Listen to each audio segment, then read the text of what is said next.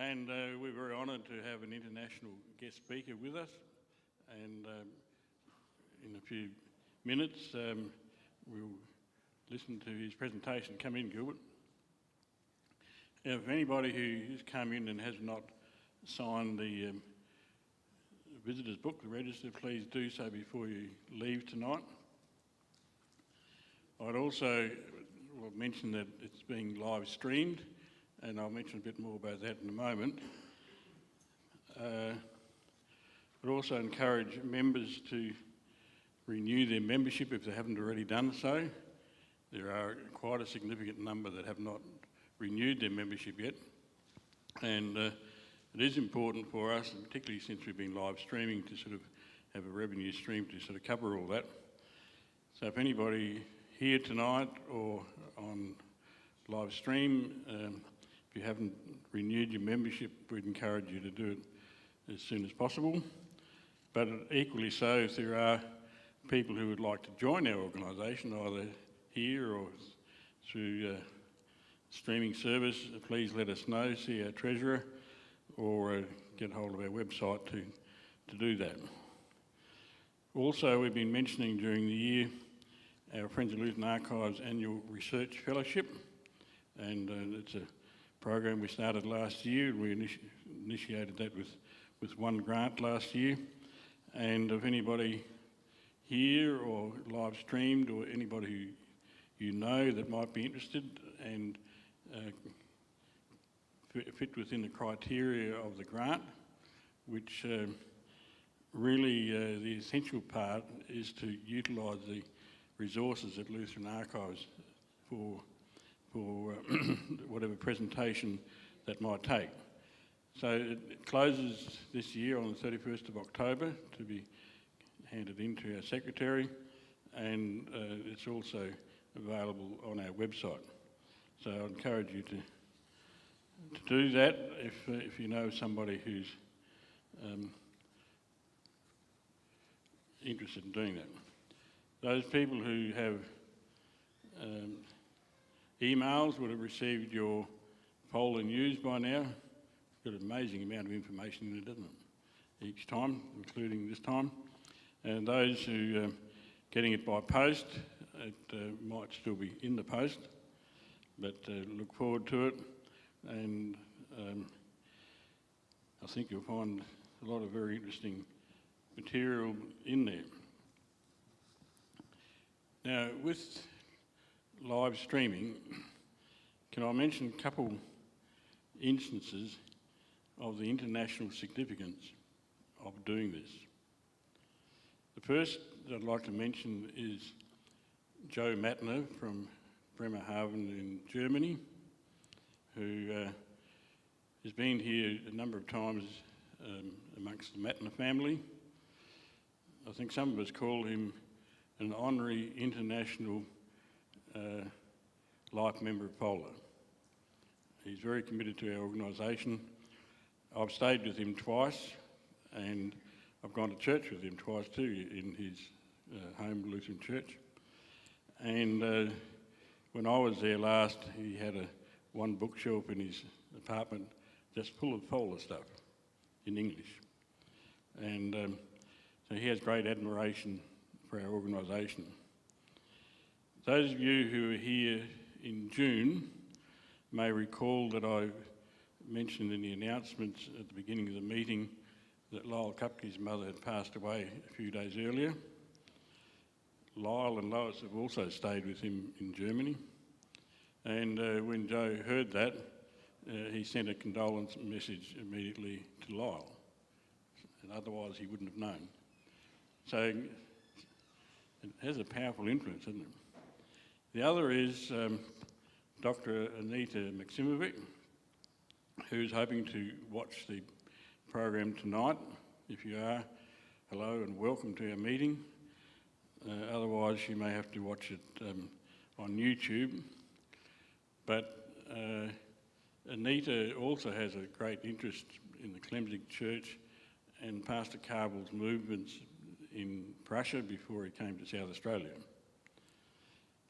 She is known to our guest speaker, and she said to me recently that she congratulates you on getting a PhD in recent years. And she is very interested to sort of see what you have to say. Today, she's also meeting up with some South Australian visitors in Zielona Góra in Poland, and so she has a busy life as well, and she's only just come back from a holiday last night and visited, spending time with these people. So it's, as I said, a small world. So I think that's all I need to say for now, and I'll ask Lois to speak to us about next meeting and then to introduce our guest speaker. Thank you, Jeff. Well, next meeting is on September 19th in this venue here at Emmanuel Lutheran Church, North Adelaide. The speakers will be Dr. Peter Monteith and Dr. Matthew Fitzpatrick, professors from Flinders Uni. Peter Monteith is very well known to us for over a decade now for exhibitions, talks, presentations, websites, books, and in this venture that they will be talking about next month for us, he is joined by a colleague, Matt Fitzpatrick, who is equally fluent in German research and interested in colonial history and various aspects of Australian connections, the German connections in Australia as well. The title of their talk is the title of a book that will be available by September 19th, An Indigenous South, German writers on colonial South Australia.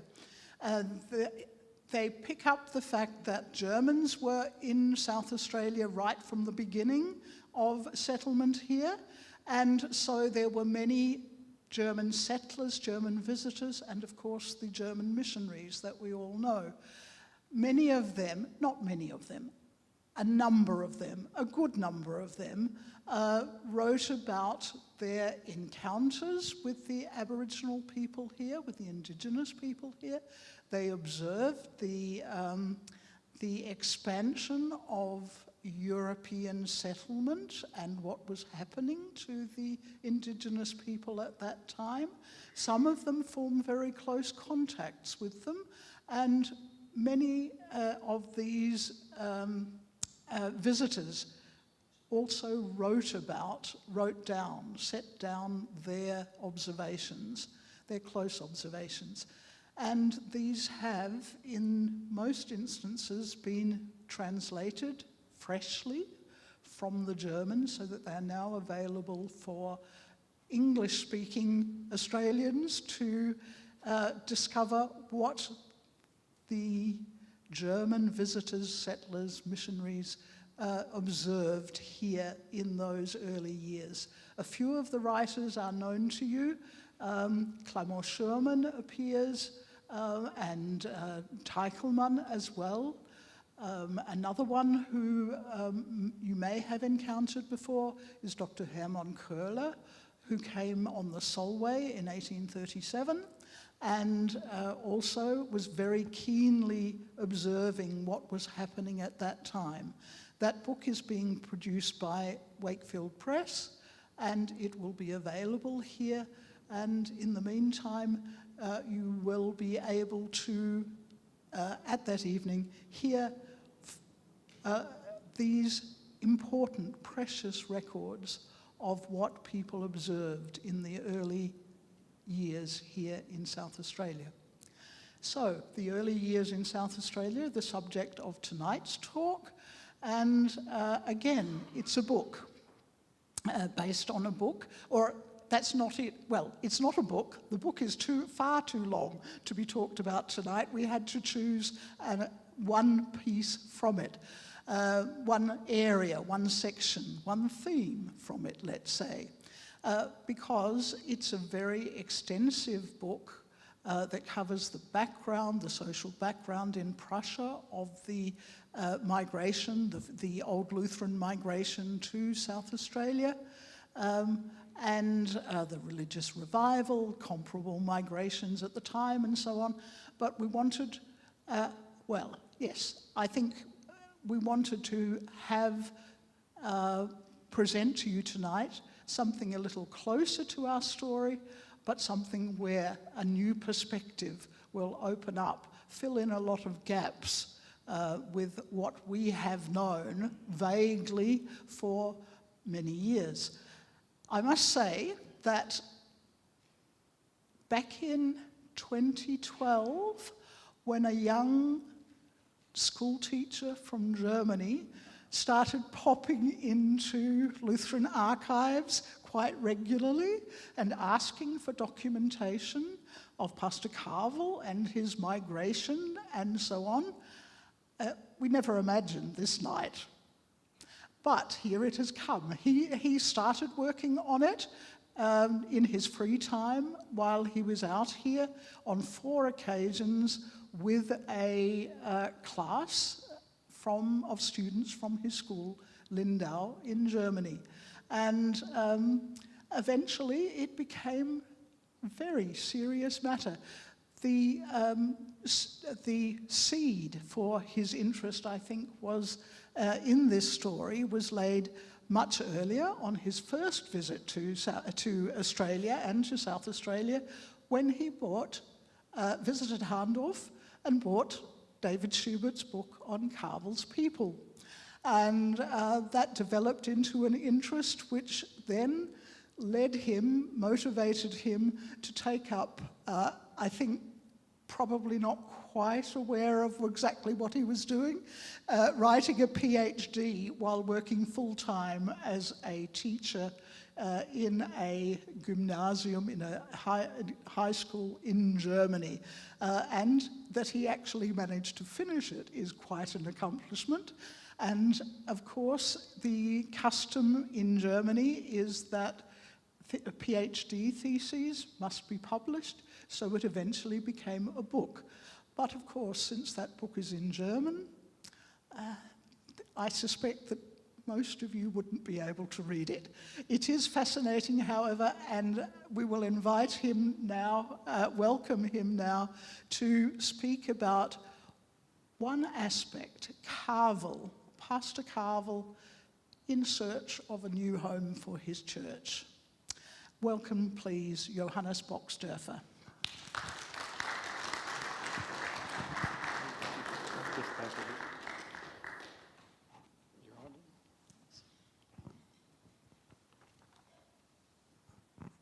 Thank you very much. I hope you can all hear me. I think you can.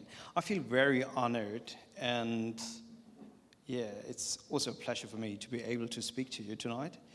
And thank you for the invitation, although I kind of invited myself. And this introduction, Lois, thank you. It's nice to be in Adelaide, to be with you and to speak to you. But actually, we could have met somewhere else if history had been different. We could have met in Ukraine right now, or in Azerbaijan, or in Niagara Falls. Some of you whose ancestors can be traced back to the first migration wave would lead a totally different life right now. And South Australia would be different. Maybe there wouldn't be wine in Australia. Nobody would drink wine, maybe. And there's a reason why all this happened. And if you're a believer, you might say, oh, God has led his people here. I want to trace back how this decision to emigrate to South Australia was made. And for Pastor Kavel, it was a long journey through Europe for 2 years in 1835 and 36 to search for the right destination for his people. Well, as Lois already said, I'm a high school teacher and I'm used to talking, so I can keep on going as long as I want.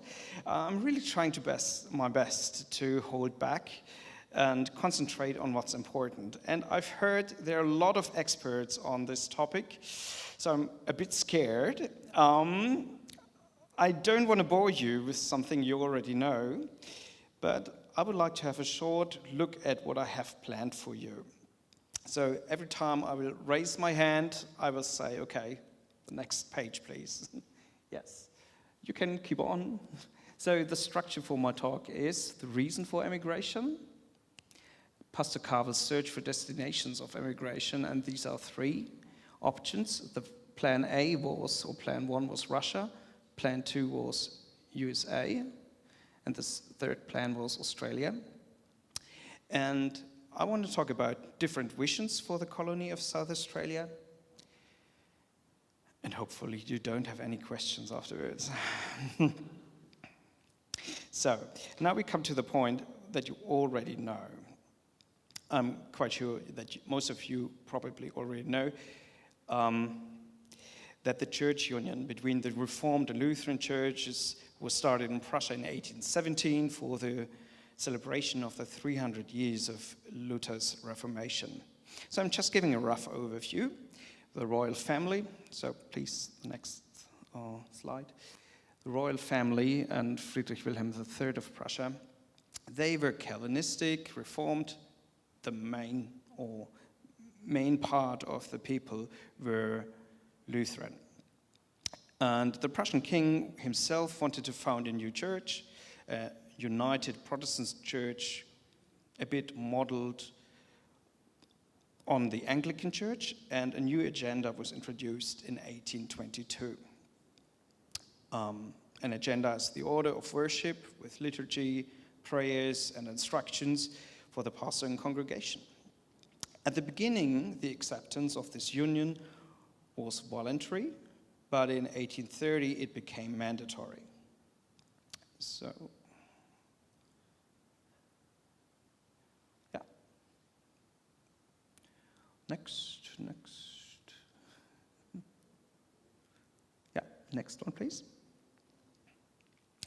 And in Silesia in particular, a resistance movement was founded that rejected the church union and continued operating as an underground church. You all know that. Johann Gottfried Scheibel founded the first general synod of this new Old Lutheran church and in Breslau in 1835. Yeah.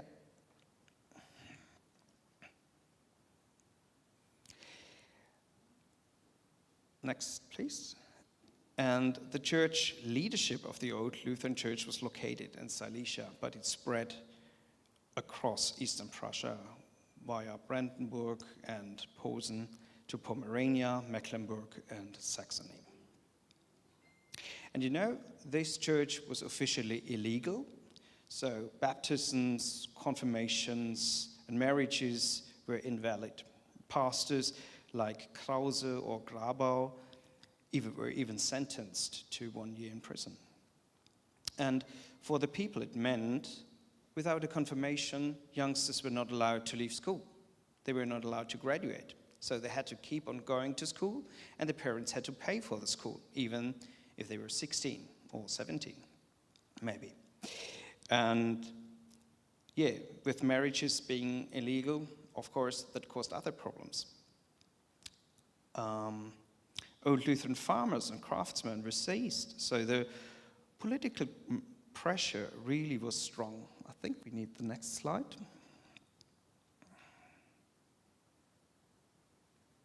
Yeah.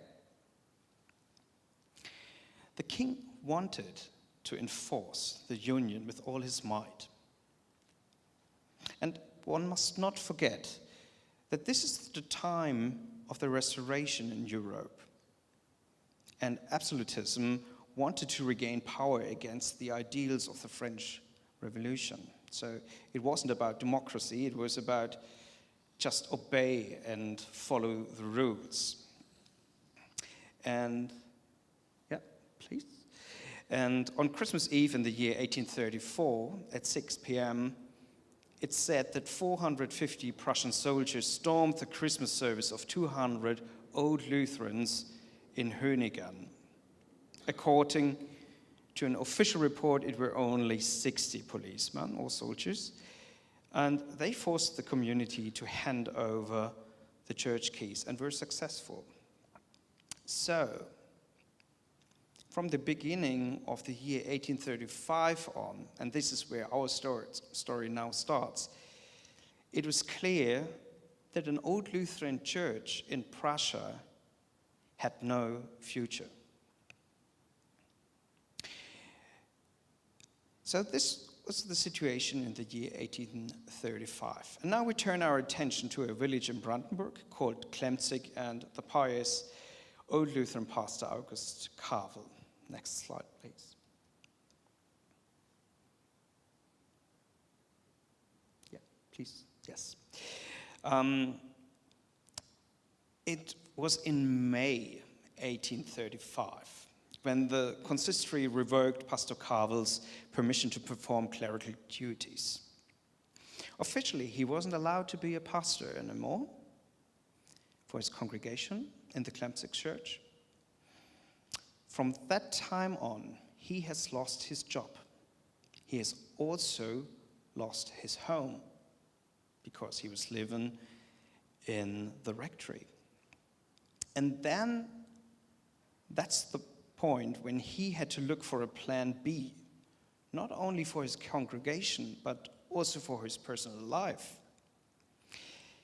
If he couldn't be a pastor for them in Brandenburg anymore, he wanted to be it elsewhere. So, and from May 1835 on, Kavel went on a journey through Europe for the rest of the next years to look for an alternative homeland. I would like to take a closer look on this journey, especially on the years 1835 and 1836, because what happened during this time determined why we were all meeting here, now in Adelaide, and not somewhere else. The next slide, please. Yeah. So this is Europe, or Middle Europe, Central Europe, in the post-Napoleonic war era, so after the Vienna Congress. And you can see here the red lines. The red lines were the borders of the German Union. So Germany wasn't a state by that time. It was a loose federation of several German states, which all had an own ruler, a king, mostly, or a lot of kingdoms. So what you can see here, the blue parts that were divided, here's one blue part, and there was a blue part, that's Prussia by that time. Prussia had a king, as we had heard. And the yellow part here, that's Habsburg, Austria. And there are also some special countries or territories. And this is Posen, for example, and West- and Ostpreußen. So these areas are Prussian, but didn't belong to the German Union. So it made a difference if you lived here or if you had lived here, because this was still Prussia, but you were not in the German Union, and here you were Prussian in the German Union. This part here is called Kingdom of Poland, but the Kingdom of Poland was occupied by Russia. So the Russian Tsar was the Polish king. It was Russia, basically. Yeah. So that's what we need to know. And the next slide, please. So the first option was going to Russia. And next slide, please. We're talking about this area. And I guess most of you know these names because Klemzig, of course, Zülichau, and all the other places here around there. This is where a lot of your families came from. And on the next slide, please, we can see here, if you can go one slide further, please. Yeah, we can see here the red star. This is about where Klemzig is. So Klemzig was in Prussia, but also in the territory of Brandenburg. South of Prussia is the territory of Silesia, and that was also in Prussia and in the German Union. But this here, that was Posen, and this was Prussian, but not German. And here is Russia, basically, because that's Poland. So we have to keep that in mind when we're talking about migration in Europe by the time. Hello, come in.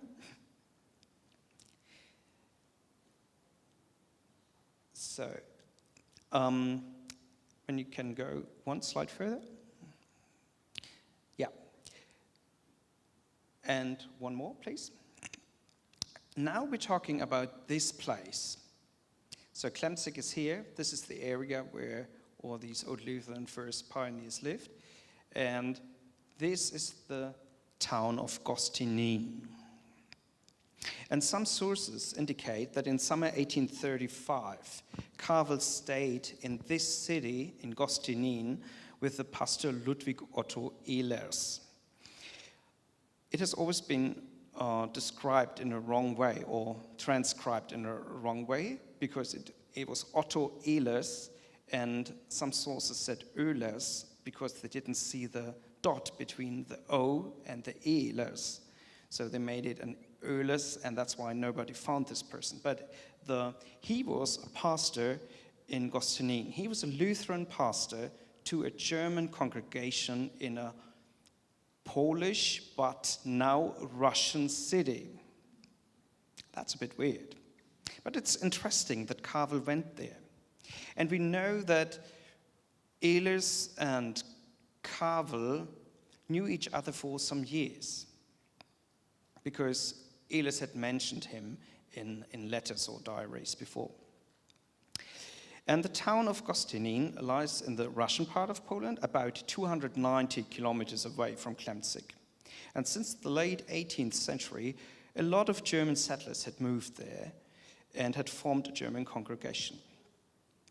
Well, I don't think that Kavel had intended to bring his congregation to Gostinin.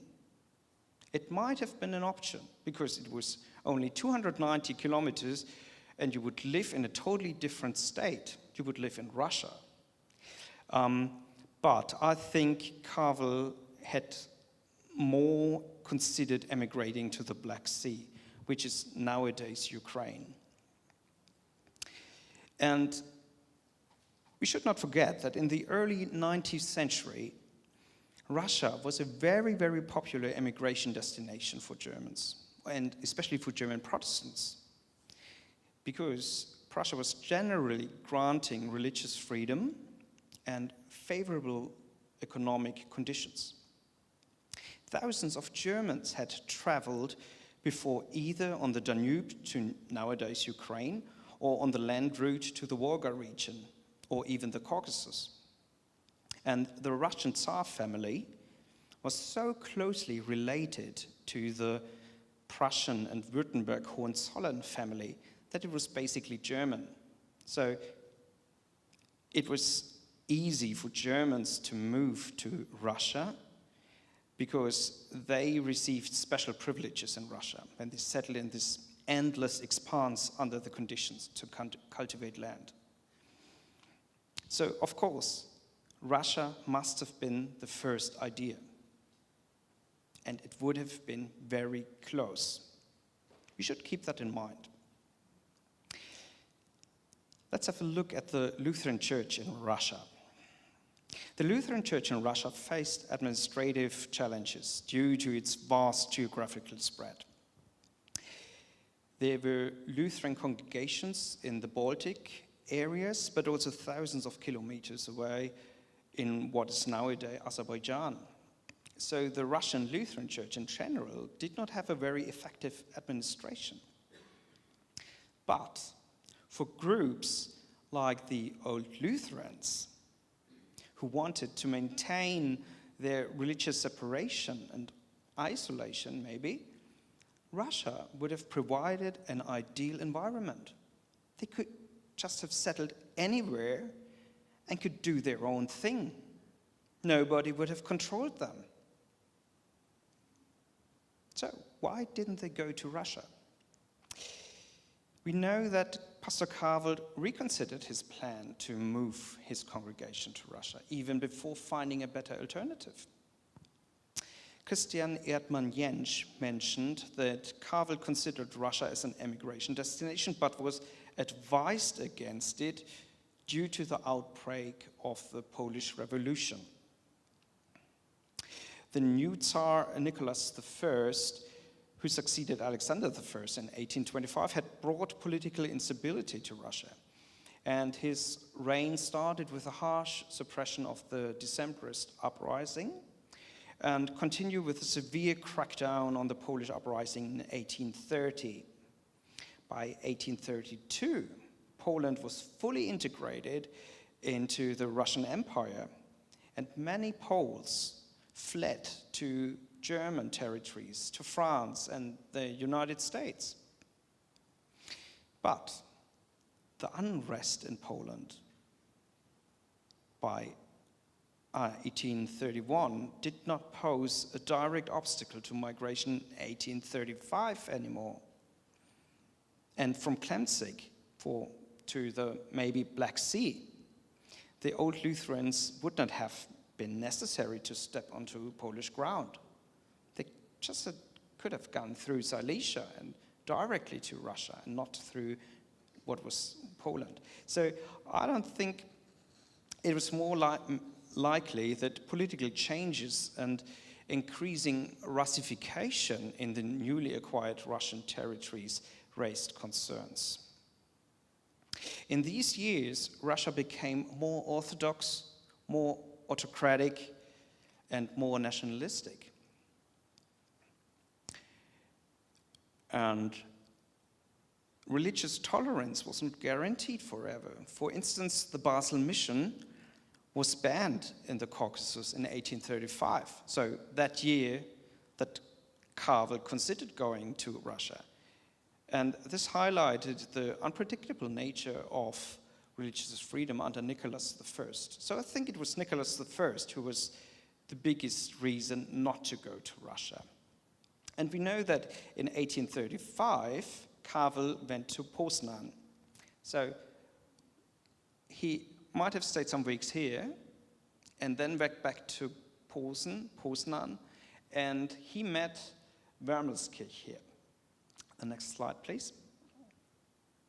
So I know we have experts on Wermelskirch, or one expert to Wermelskirch. Two more, yeah. And Wermelskirch is a central figure in the Old Lutheran network. He founded the Lutheran Dresden mission, and he had connections to different mission stations. And he might have warned Kavel not to migrate to Russia because he knew something. For example, the Moravian settlement of Sarepta in the Volga area, for example, which was founded in 1765, initially thrived, growing up to 500 German settlers by 1810. However, in 1822, the Moravian lost their mission privilege. And that led to the secularization of the settlement. Sarepta was even used as a penal colony for Moravian churches, for German congregations. We know that there's at least one example of German migration to this area, the German Old Lutheran migration from Wankten and Großtins. Three Old Lutheran families moved there in the year 1835 to this Astrakhan area, possibly targeting Sarepta. So it's clear that Kavel had doubts. Previous German migrations to Russia had clear invitations and economic guarantees, so they were given land, which Kavel's congregation lacked. And financial constraints and reports of failed German settlements in regions like Georgia further discouraged the Old Lutherans from moving to Russia. And therefore, instead, Kavel now started to look for a passage to the United States, known for religious freedom and a lack of autocracy. So here, one back, please. So here you can see all these red parts. These were all German settlements in Russia. And these all started in the 18th or 19th century. So it would have been easy to just join a settlement there or build up a new settlement with other Germans or close to other Germans. But he didn't want to.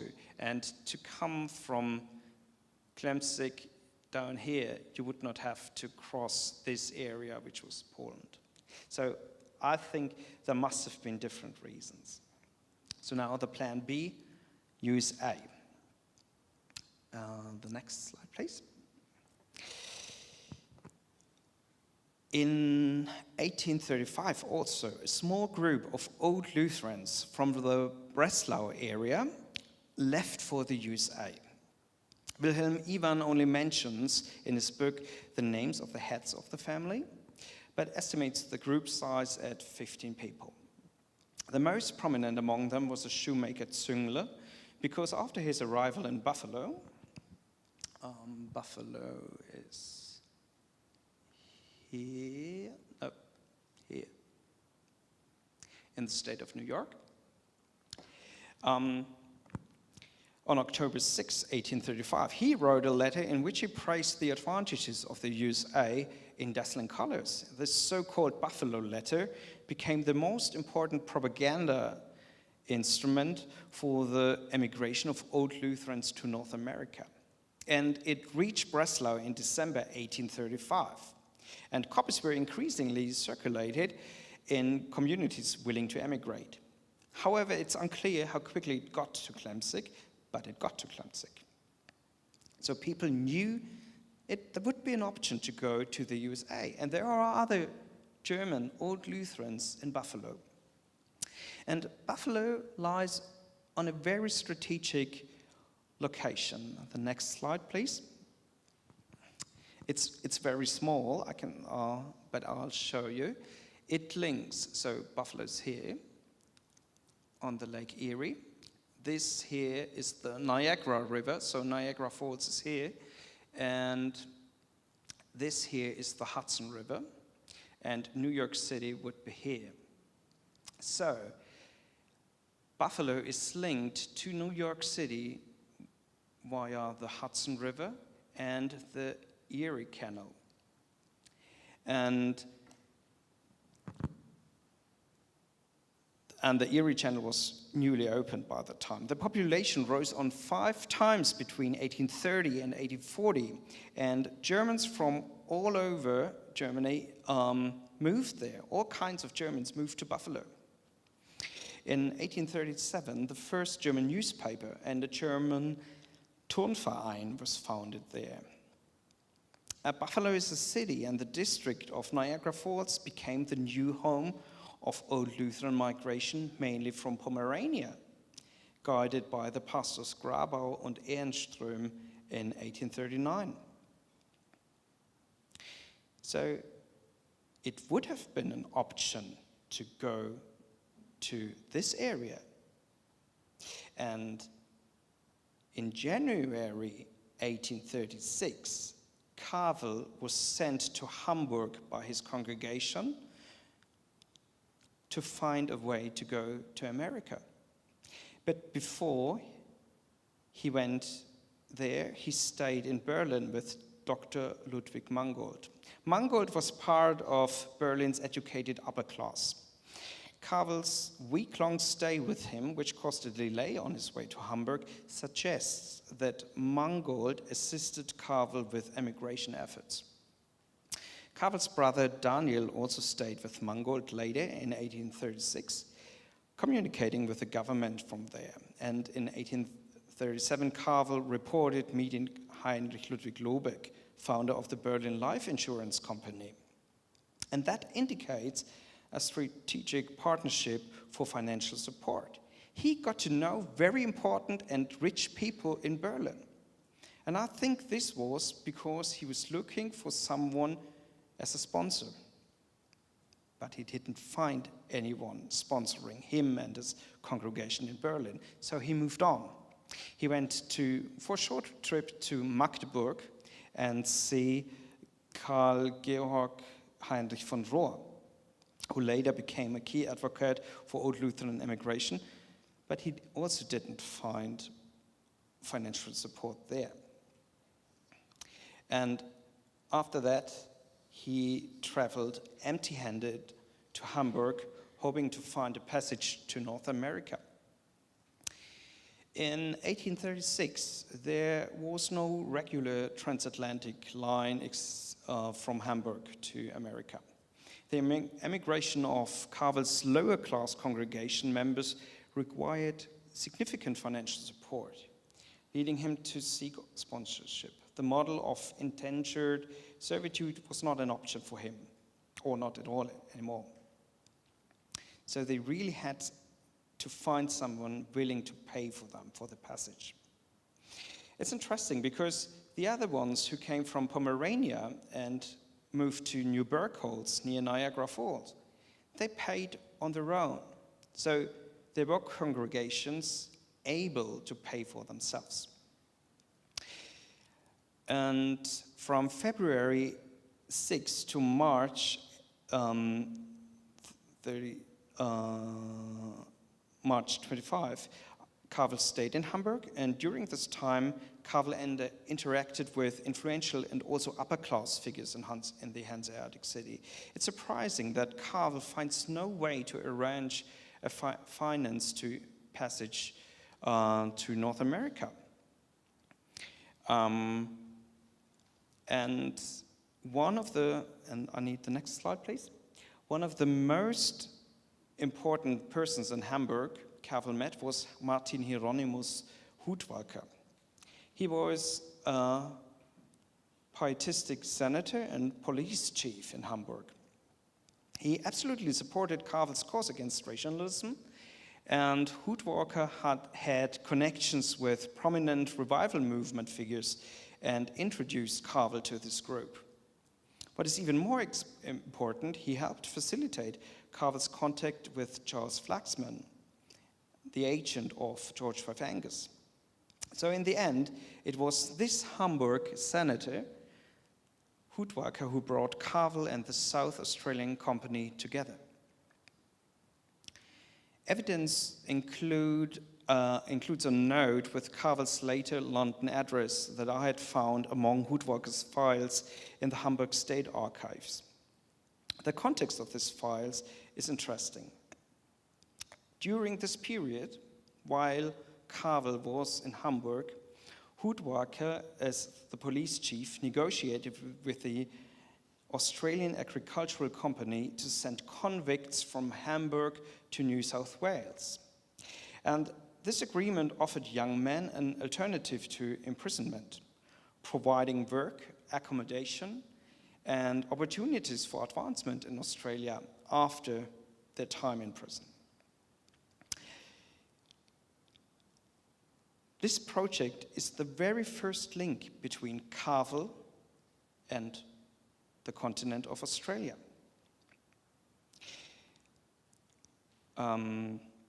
Maybe he had proposed Kavel to try this because there were not many Hamburger convicts willing to do this, to enter this deal, and maybe Hudtwalcker was looking for some other volunteers. And this convict agreement in the end failed, but the police chief knew something about Australia, and he knew people looking for settlers in Australia. Kavel's subsequent letters from London to him indicate continued support and interaction. Although Hudtwalcker's direct contributions are unclear, his network and influence were significant for Kavel's immigration plans. one reason why so many people in Hamburg were a little bit scared of Kavel was that he was publishing a book, The False Lutheranism and the True Lutheran Church. And he emphasized the distinction between true Lutheranism aligned with Luther's teaching and false Lutheranism marked by dead orthodoxy and strife. And he positioned the Old Lutheran movement as the true preservers of Lutheran doctrine and values amidst a backdrop of religious and social challenges. And a lot of prominent figures rich prominent pietistic figures in Hamburg were not willing to support or were not willing to seek contact to Kavel. And this is one thing I wondered why he did that. I mean, he could have found people there. He could have found people there that were rich enough to pay for the passage. They could have collected money. But apparently he was not willing to do any compromise. He would rather not go to America on money he had borrowed or gotten from people that he just wanted to be supported by. But these 6 weeks in Hamburg played a central role because it must have been there that Kavel changed his mind again. He was still lacking for funding for any migration with his group, but he had heard of Australia, and for Kavel this meant he would leave German soil forever. He did never come back to Germany, although he might not have known that by that time. He crossed the North Sea and went to London to look for new options. And I need the new slide, please. So the next plan is Australia. Research on Kavel's 2.5 years in London is scarce. He never planned to stay in England, although London was attractive to Germans due to its personal union with Hanover. So the Hanoverian monarchy was the same as the British monarchy. If you were living in Hanover, you would be under the same rule of a king as in Canada or in Australia. Kavel arrived during the reign of the British-German king Wilhelm IV and German princess Adelheid, and therefore the city is named Adelaide, as you know, and the main street, King William Street. So it was a German-English project, this monarchy. And in 1837, Queen Victoria succeeded. Most Germans emigrating to London came from northern Germany, seeking employment in the booming sugar industry there. And Kavel lived near the so-called Little Germany in the east end of London and stayed with the Pennyfeather family, who ran a boarding house. And there, he also found a supportive German-speaking network. The same person that insisted on Lutheran orthodoxy in Hamburg and maybe scared away people who could have helped him, now adapted to the family's non-Lutheran religious attitudes and became engaged to their daughter, Anne Catherine Pennyfeather. And they married in Australia in 1840. And it was there that he met another crucial person in the story, the geologist Johannes Menge, who was living there too. And he was a devout Calvinist from Steinau in Hesse, who formed a lasting friendship with Kavel, working for the British and Foreign Bible Society. And he was self-taught in several Oriental and Asian languages. He taught Hebrew and Chinese in London. His emigration to London reflected a trend of German scientists moving to Great Britain in the early 19th century. The University of Göttingen in the Kingdom of Hanover, known for its specialization, contrasted with the broad education provided by Oxford or Cambridge. German specialists, especially Orientalists, botanists, and geologists, were in demand in the British colonies. Johannes Menge, for example, was appointed as the chief geologist of the South Australian Company by George Fife Angas in mid-1836. So Menge knew Angas, and Kavel might have already met Flaxman. But we cannot tell who had influenced whom to go to South Australia first. I need the next. Yes.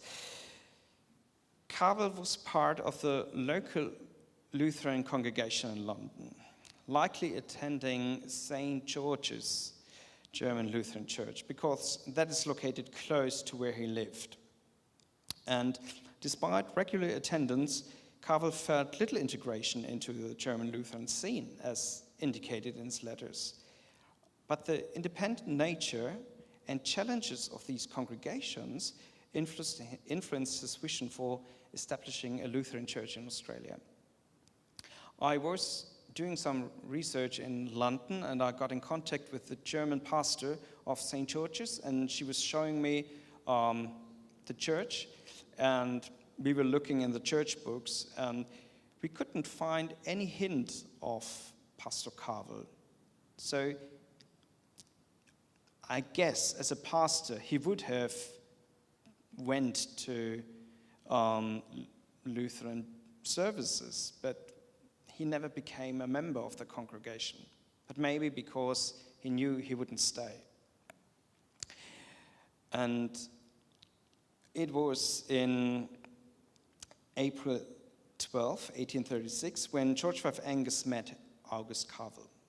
Although the specifics of their meeting remain undocumented, it's known that Angas promised free passage, initial maintenance, land leases, and provisions for their immigration. And this meeting marked a breakthrough for Kavel, who had struggled to find support in Germany for such a long time. And the rest is history. Following the agreement, Kavel's followers applied for passports in April, and Angas decided to back the Old Lutherans by May 6. Despite swift preparations, including transportation arrangements, the Prussian government denied emigration permits, and around the same time, Kavel was involved in founding the Dresden Mission, advocating for strictly Lutheran principles. And these developments laid the groundwork for the Old Lutherans' eventual immigration to South Australia. As I said, we don't know who has met whom first and who had known whom first and who gave the idea. But I think it was already in Hamburg, and things went quite quickly while Kavel was in London. So the next page, please. And now we have to talk about the visions of South Australia. It's quite fascinating that in the early 19th century, Australia was like an empty sheet of paper for Europeans, and most parts were still an absolute mystery. This is a map, if you can go on one, please. This is a British map of 1800, and you can see this fascinating line here of the South Australian coast. Nobody knew what South Australia looked like, the south coast of Australia, because nobody had really been there or mapped it. Nobody knew if it was a continent or if there were different islands. It were Matthew Flinders and Nicolas Baudin who met 1803 at Encounter Bay during the Napoleonic Wars in Europe, who peacefully exchanged their maps and investigations. And after they returned to Europe, both countries, Great Britain and France, wanted this area as a colony. So the race began. In the mid-1830s, there was huge interest in rapid settlement in Great Britain before the French could found a colony there. Please, the next one, because now we have this French map. One more, please. and this is from 1815. So now you can see the coast of South Australia, and you all know the French names here. By 1834, the Australian continent and Tasmania had 3 colonies, as you know. New South Wales, which was established as a penal colony in 1788. Van Diemen's Land, Tasmania, a separate penal colony since 1825. And Western Australia, established in 1826 as Swan River Colony. As South Australians, you might know that British diplomat Edward Gibbon Wakefield had a special vision for this colony. I won't go into detail, but it has a background. Between 1740 and 1770, England and Wales' population grew from 5 to 6 million. Within 30 years, 1 million more. Thomas Robert Malthus theorized about potential catastrophic overpopulation. By 1840, Britain's population surged another 40%, causing food shortages, labor surpluses, low wages, and social unrest. Wakefield and other radicals advocated for planned emigration to manage these issues. They wanted to integrate economic interests by proposing a colonial system where Britain imported cheaper goods from colonies and focused on high-valued industrial products. So Wakefield's colonization plan included selling lands at fair prices, using the revenue to transport British laborers, and carefully selecting settlers. He believed a successful colony needed laborers who would work hard to eventually buy the land, preventing social collapse, which had been seen in Western Australia. Wakefield's ideas gained support. The discovery of fertile land in South Australia by Charles Sturt prompted the South Australian Company to establish a model colony. George Fife Angas took charge of it. And the South Australia Act of 1834 outlined governance by a governor and a land sale commissioner, stipulating free settlers only with no convicts. And, you know, it focused on creating a refuge for religious and ideological dissenters. And this policy fostered a diverse religious landscape. So, the original plan was to address British overpopulation. But South Australia was absolutely unknown in Europe. Nobody knew anything about it. By that time, the land was not surveyed. There were no maps. Rivers had not been found. People just knew what the coastline was. Nobody knew anything about South Australia and the climate or the soil. Why would anyone move there? So now you have a colony, you want to colonize it before the French get it, but nobody's willing to go there. And this is where the Germans came. They were good enough for that, for this experiment. We take a short look on what the colony was by that time. Maybe you can move on the next slide, please. So we have talked about this. Yep. Johannes Menge had arrived on Kangaroo Island as one of the first group of European settlers in 1837.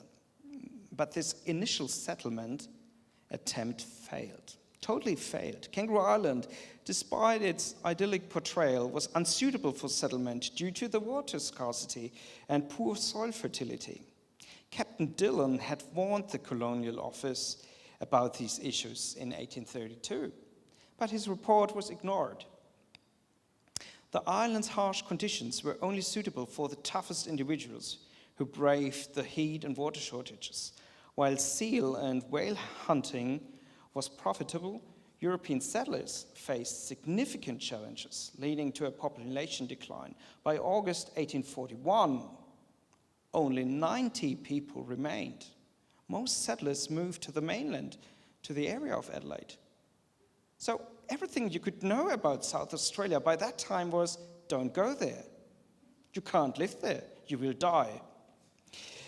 Angas immediately noted that South Australia simply did not attract enough suitable British settlers, but Angas was persuaded by Pastor Kavel of the German community's virtues, which were later celebrated in the history of the South Australian Company.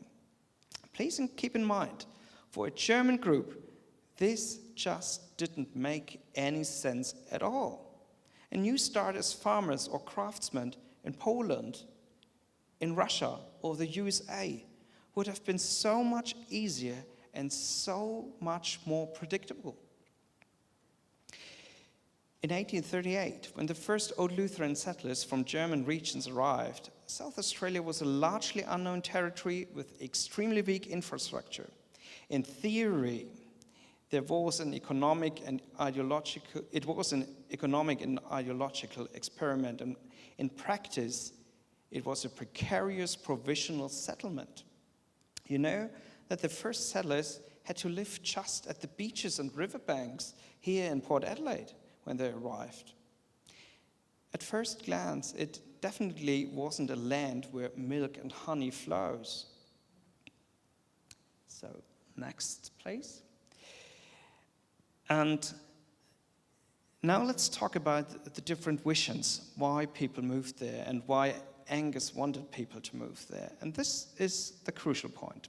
It is clear that guaranteed religious freedom was the main motivation to go there.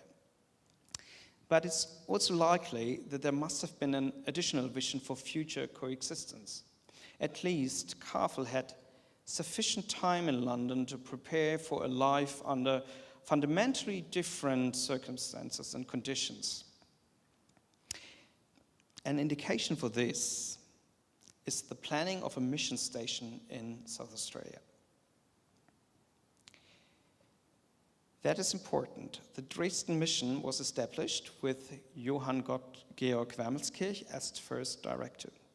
The Old Lutheran emigration to South Australia under Kavel offered the opportunity to pioneer in a completely new territory without any interference from other denominational missions. And Kavel wrote to Wermelskirch in January 10, 1837, about the potential for a mission in Australia, supported by George Fife Angas, and envisioned himself as a spiritual leader, legitimized by Angas to guide and control the mission work in South Australia. However, his lack of knowledge about the local Aboriginal tribes and the populations, including overestimating their numbers and misunderstanding their languages. You know, they thought, oh, there must be one Aboriginal language. It's easy, just go there. Translate the Bible and they will be Christians soon. And that revealed the project's impracticality at the time.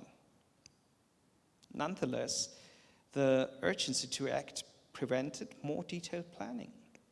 And in early 1837, Pastor August Kavel proposed the deployment of 2 Lutheran missionary candidates, Christopher Eiper and Gottlieb Schreiner, to Australia. He lamented that it would be a disgrace if English descendants sent out Lutheran missionaries instead of Germans. Kavel saw himself as their mentor, gifting them with Lutheran church books to strengthen their faith. And the Dresden mission responded enthusiastically, expressing willingness to support the mission if Kavel's congregation emigrated to Australia. They assured Kavel of their trust in his guidance, but also raised concerns about logistics, funding, and their relationship with the South Australian Company. Kavel mentioned plans to establish a school for Aboriginal children, including English and German lessons, and the Dresden mission sought clarification on the intention of the South Australian Company regarding the evangelization of indigenous people. Despite these challenges, Kavel's responsibilities grew. He had to address the Dresden missions concerns, secure funding, and accelerate the mission's progress. Additionally, he faced pressure from Angas, who might seek other mission partners if Kavel's congregation's emigration continued to fail. They were waiting for 2 years, but Angas wanted someone to go there and to start the mission and the colonization. By that time, Kavel declined an offer to emigrate to Russia due to his commitments. So he might not have been 100% sure. There might have been other options. But he decided, we will go to South Australia because I said we will found a mission there. However, Kavel still needed his congregation's approval.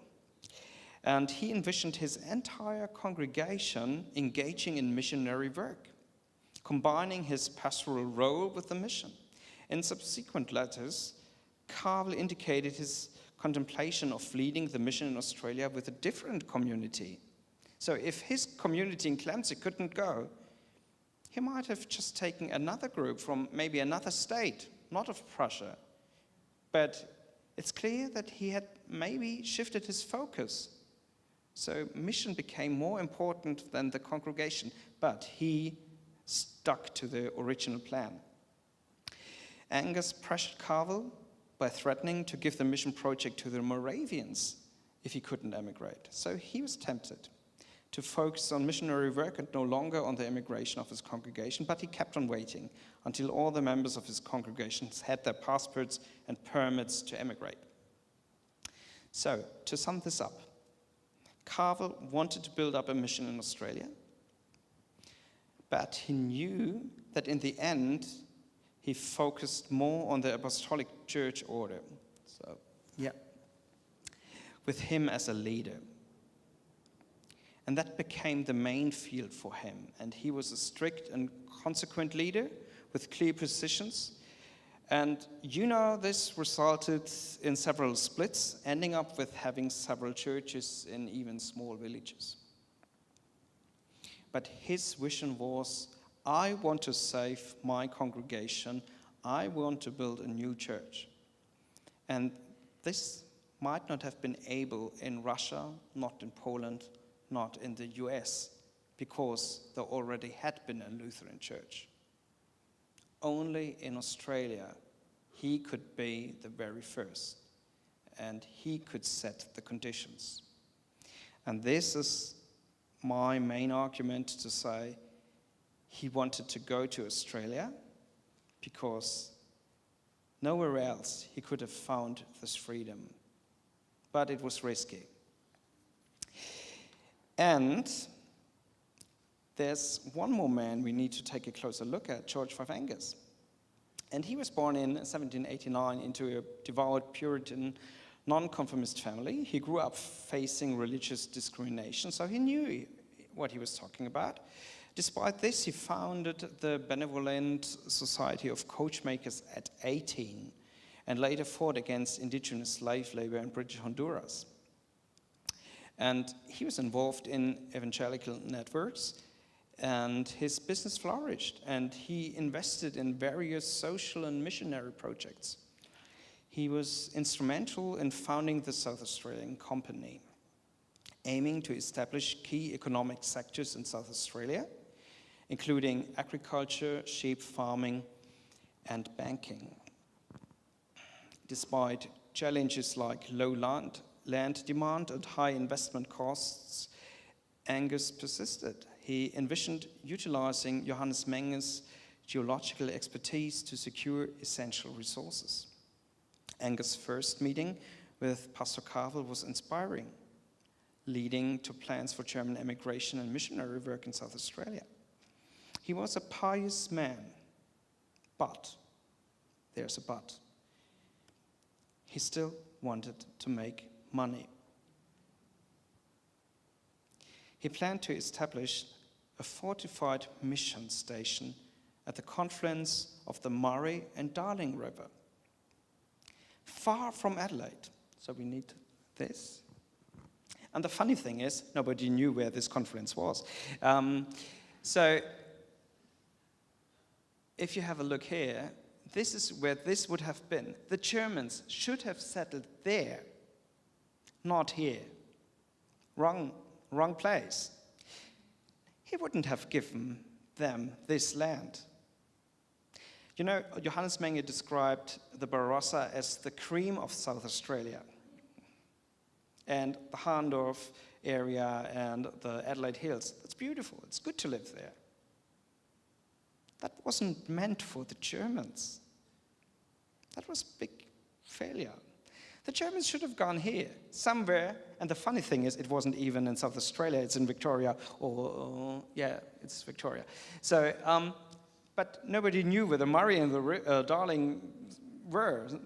There must be somewhere out there. The Germans should find it. And the Germans were meant to build up a mission there and keep the Aboriginal tribes away from the colony. This would have been a fort. So, the Germans should do the mission work among the Aboriginal tribes.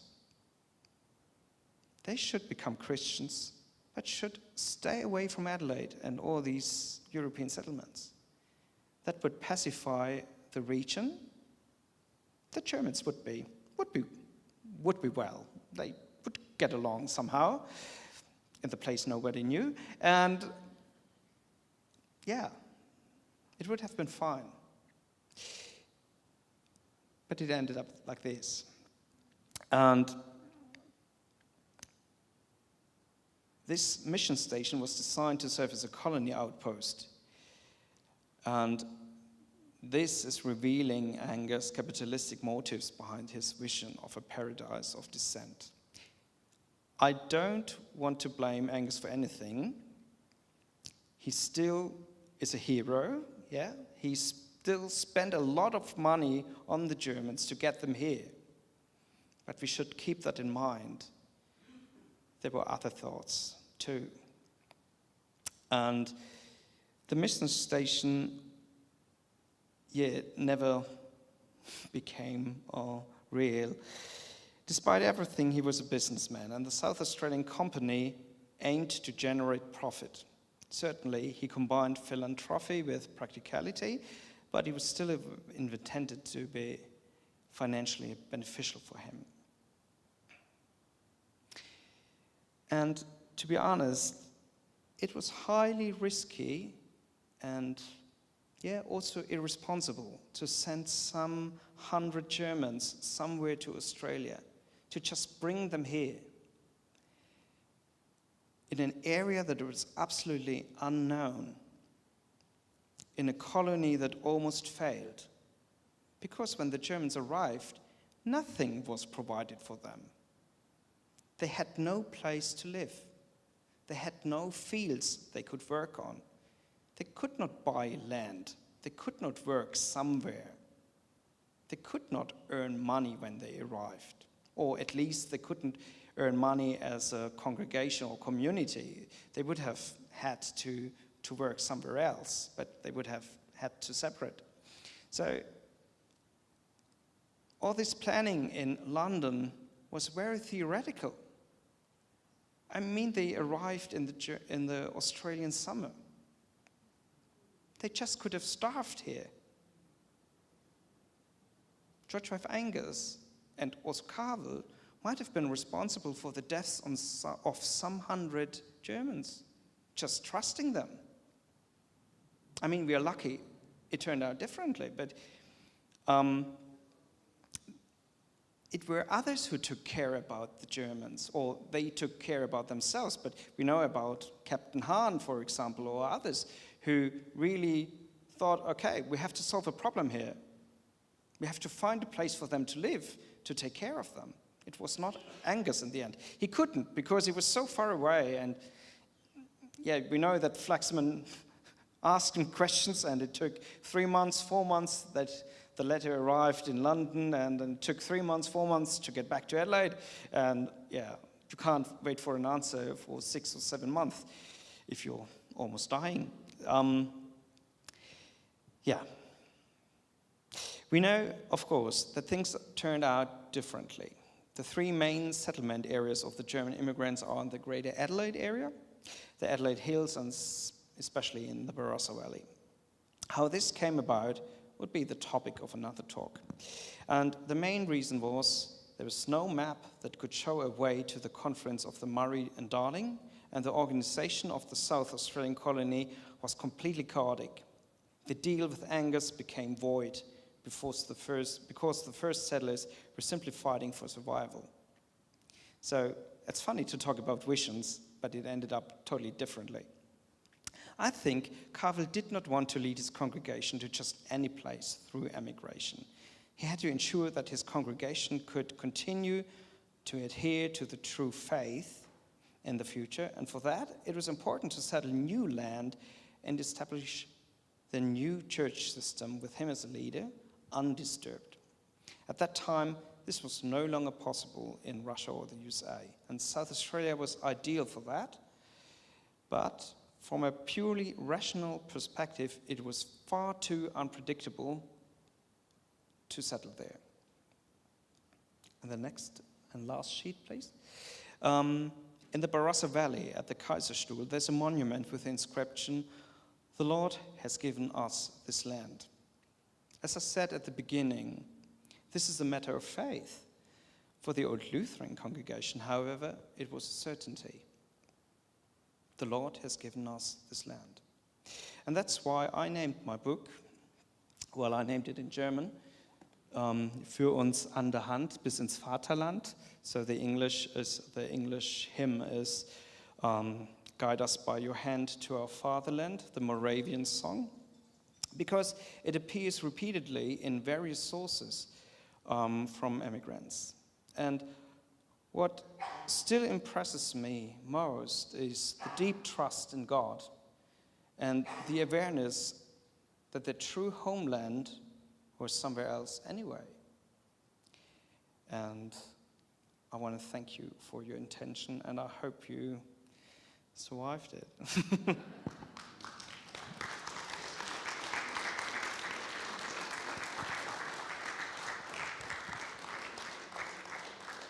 Thank you. While you had that slide up there, it might surprise you that I was on the organising committee for writing the first Barossa book and also for that project. And it still stands there, and a few weeks after it was put up, there was graffiti on the back of it.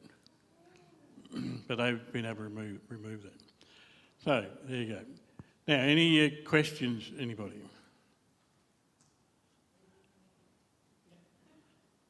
Yes? I'll just bring it over.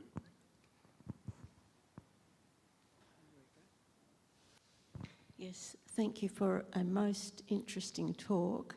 And if I could offer just a small piece of advice, I think a lot of your perspective is framed by the 20th century understanding of German, which I don't think particularly pertained at that time.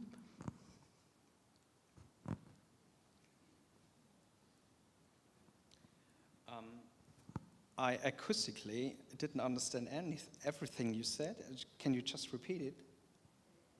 Yes, I thank you for your very interesting talk, but I think a lot of your understanding of German is framed, as it is for most people, by events of the 20th century, and we're looking here at an earlier time when that doesn't pertain. Okay. In what kind would you say is it wrong being? Not wrong, but you said you couldn't find the information about the connection to Angas. There's also other important connections. Say, look back to the military alliances with, say, the Battle of Waterloo. That was absolutely decisive in who came here. And the British were the protectors then of what you're calling the Germans, for instance. There's also a very important royal role back in the UK. That's absolutely decisive too. Okay. So you could broaden into those areas, you would get answers. Okay, I just say thank you for this comment.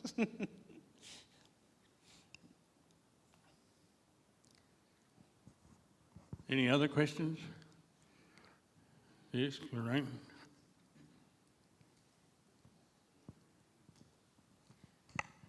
Yes, it just amazes me that Kavel went to England. Now, he would not have been able to speak English, would he? Yes, and that's fine. I have been waiting on this question. As I said, I'm a teacher in Lindau in Bavaria.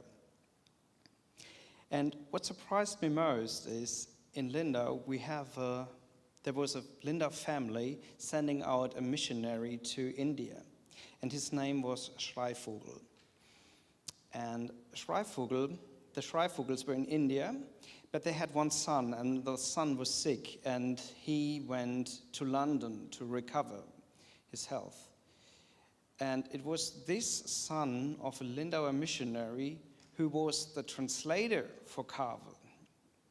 So he translated, or he should have been the translator, but something was shifted.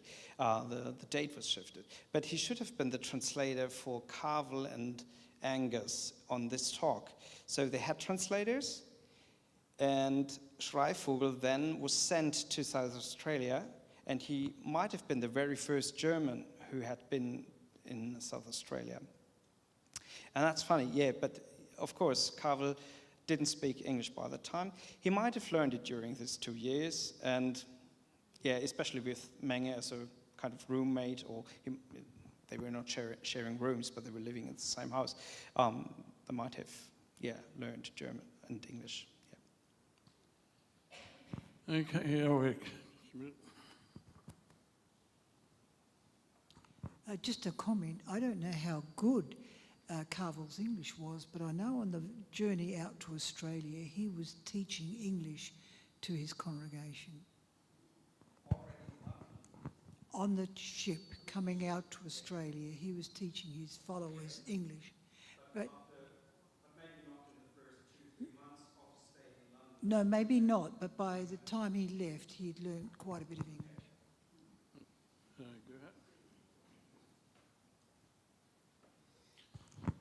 Thank you very much. My name is Gerhard Rüdiger, and I'm a German, so there we go. Maybe we can have a chat.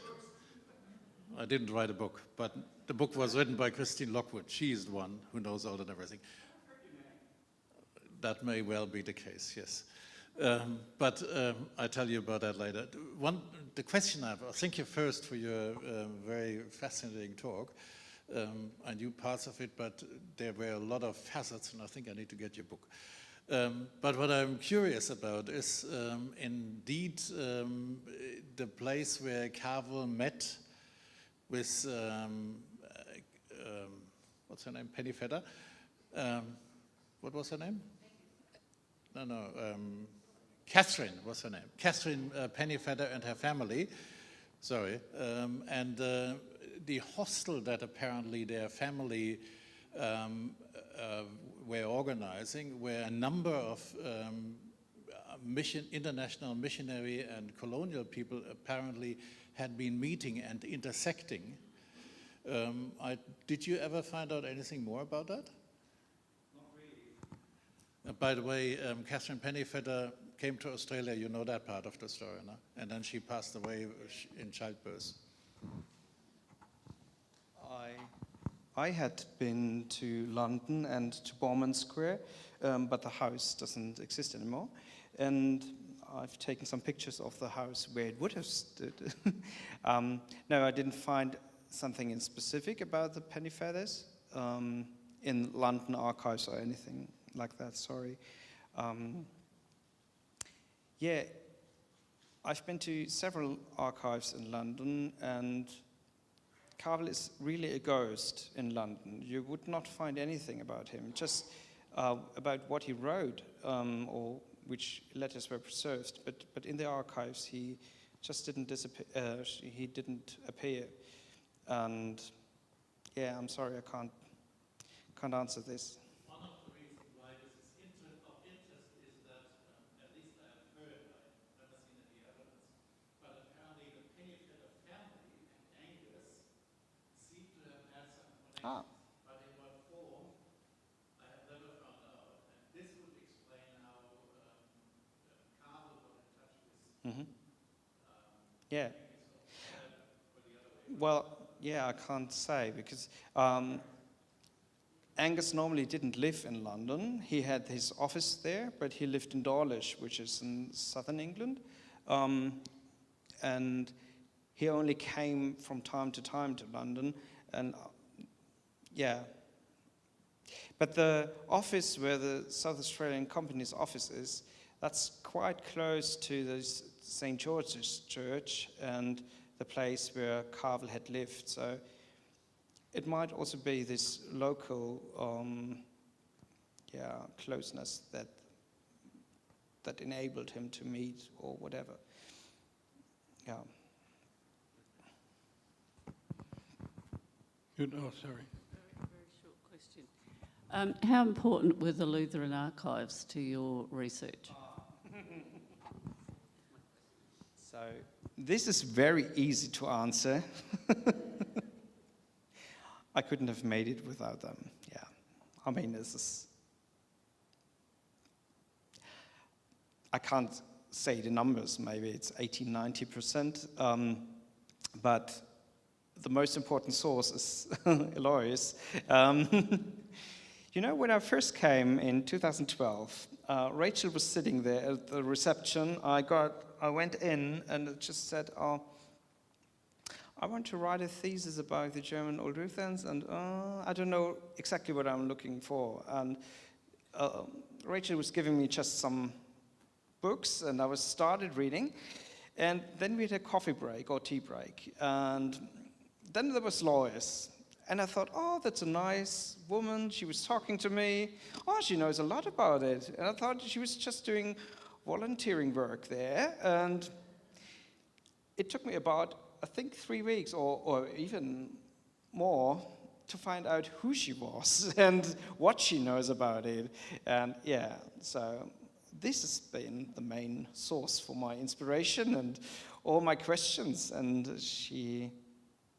I think every time we met now, you could have kept on talking and talking and talking. So she knows so many details. And after that, I always get the feeling I don't know anything about this topic, because she knows even, more and more and more. Yeah, but the Lutheran Archives, and they not have only been a help for me, they've also been a home for me, because I really like that, being there with you, having tea, eating biscuits, having lunch, talking about everything. Yeah, that was really familiar. And for me, it was great because I was staying here in Moana and Port Noarlunga during these times. Every time when I was here on school exchange for 4 weeks, and I was commuting by train to city, and it felt like going to work. But this was good work. It was just fun, and it was so interesting to be there. And we're nice people there. Yeah, I absolutely enjoyed that. Thank you for your work. Okay, thank you. Well, there's no further questions on behalf of our group here tonight. I thank you most sincerely for your presentation. Is it possible to keep a copy of your presentation? I must be new to the Lutheran Church because so much of what you mentioned in Europe, I didn't know. And once when I was in Poland, and Nita showed me around, she took me to places in Breslau where Pastor Kavel went to in his turmoil, I suppose you might say, trying to find somewhere to go, and he was speaking to church officials down there and a couple of the significant officers there. But it's an amazing presentation that you've made, and I presume that your PhD thesis would have all that in and much more. Yeah, so thank you for that. We wish you safe travel back home. He's been here for a few weeks already and he's travelling back home on Saturday. Yeah, so when are you coming back? It's never a goodbye, it's always until we meet again. Oh, okay. So look, on behalf of everybody here, please show your appreciation. And we've got 2 bottles of wine here for you, so you're going to have to do a lot of fast drinking or find a safe haven in your suitcases to take them back to Germany. Thank you very much. You're right. Thank you. Whoa, that's heavy. Okay, so look, please stay for supper over in the church hall, and just remind you that we've only got 2 more such evenings to come yet this year.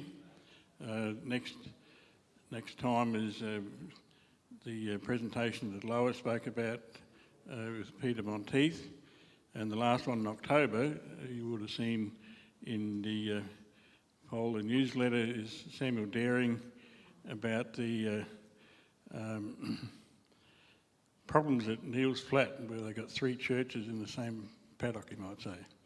And he gave a presentation during History Month, walking tour of Neil's Flat. Neil's Flat is between Truro and Udunda, and a little bit off the main road. And he finished up having 4 presentations with 50, 60 people each, and over 230 people coming to those things when there's probably 20 people living in Neil's Flat. Now, I think there's a doctor here too that wants to say something. My name's Peter, and a couple of things I just want to mention. The seminar which was held in Tanunda last year as part of History Month has a publication, and that publication, I think we've got some copies here for $10. Look, this is a great narrative, or many narratives. There are a number of different stories there. It's called South Australian German Connections, Networks, Travel, Business and Communications. So connections between Australia and the settlement in Australia. Christine has got some copies, $10. No? Yes? Maybe. Anyway, you could let us know. Secondly, on Sunday the 15th of September, so it's a couple of weeks' time, at 2 p.m. in Langmile Church, there is a concert. It's called Barossa Deutsch Concert. There was a composer who was commissioned to write a piece of work using Barossa German that's been recorded as part of the Barossa German Language Project, and that has been incorporated into a new piece of music which is going to be played. This is the second time it will be played in the Barossa. And there is also a piece on Gummersall on the way to Tanunda. And that's also a new piece of music. And you've got, in addition to that, other pieces by Max Reger, Beethoven, and so on. This is a classical music concert by a magnificent group of people called Kegelstadt Ensemble. And for those of you who know Tanunda, there is a famous bowling alley called Kegelstadt. Okay, so this will bowl you over with fine music. I'm going to hand these out to you. Thank you so much. Okay, so Peter's got a number of those posters here. So I think that comes to the end of tonight's proceedings, and I invite you all to go over to the church hall for supper, and thank you for coming tonight. I have no idea what the football scores were, but they're probably finished by now. And I look forward to seeing you next month. Thank you. Sorry to spring